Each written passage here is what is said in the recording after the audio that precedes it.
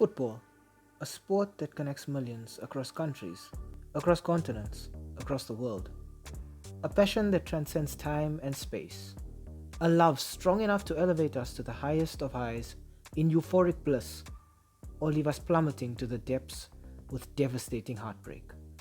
Join us as we explore some of the most memorable moments in recent footballing history, along with the impacts they may have had on players, teams, and the beautiful game as a whole.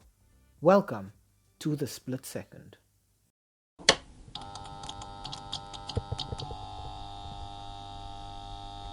What is up, guys, and welcome to today's episode. So, today we'll be looking back at when Jose Mourinho said this. I'm European champion, so I'm not one of the bottle. I think I'm a special one. Now, we all know that the Portuguese manager is pretty charismatic, but to figure out why exactly he said this, we gotta go back.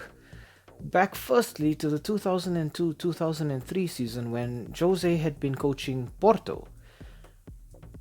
The Portuguese coach had somehow managed to win a European treble with the Portuguese outfit, lifting the Portuguese Cup, the Portuguese League, and the UEFA Cup, now more commonly known as the UEFA Europa League. But that just wasn't enough for him. Mourinho realized he needed to achieve something else. He needed to take Porto to the summit of European football. And there's no better way to do that than by winning the UEFA Champions League.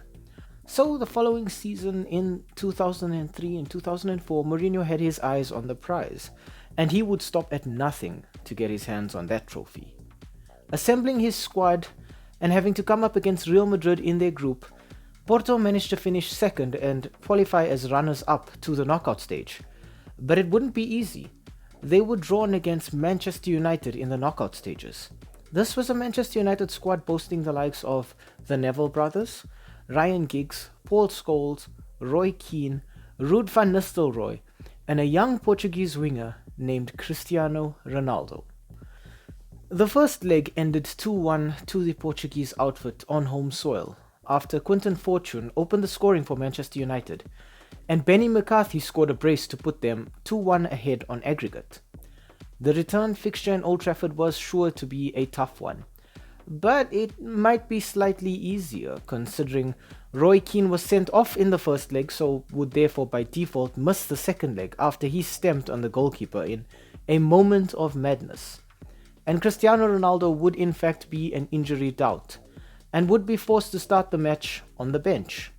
Therefore, Darren Fletcher would be filling in for United on the right wing, with Jemba starting in the heart of midfield, thus pushing Paul Scholes higher up into an unfamiliar number 10 role. United looked pretty weird, but Porto knew this would definitely not be an easy fixture.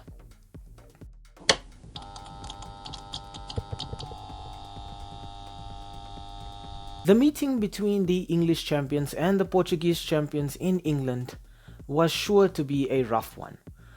Porto went in unbeaten so far at that point in their season, except against Real Madrid, where they lost 3-1.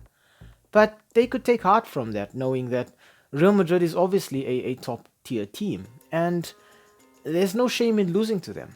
However, they might have been slightly rattled when United actually took the lead. Paul Scholes finding the back of the net in the 32nd minute through a fantastic header. United actually had a goal disallowed. Paul Scholes was judged to have been offside, and if you look at the replays, the officials kind of made a boo-boo with that one. But it doesn't matter because at the end of the day, Porto managed to equalize in the dying seconds through Costinha. A fantastic free kick is taken and Tim Howard sort of gets his gloves on it, but he can only push it into the box, right into the path of Costinha, who runs and slots it into the back of the empty net. 1-1 to Porto on the night at Old Trafford, but the Portuguese outfit go through 3-2 on aggregate. United are out. After being heavy favourites in the competition, they see all of their ambitions come to naught.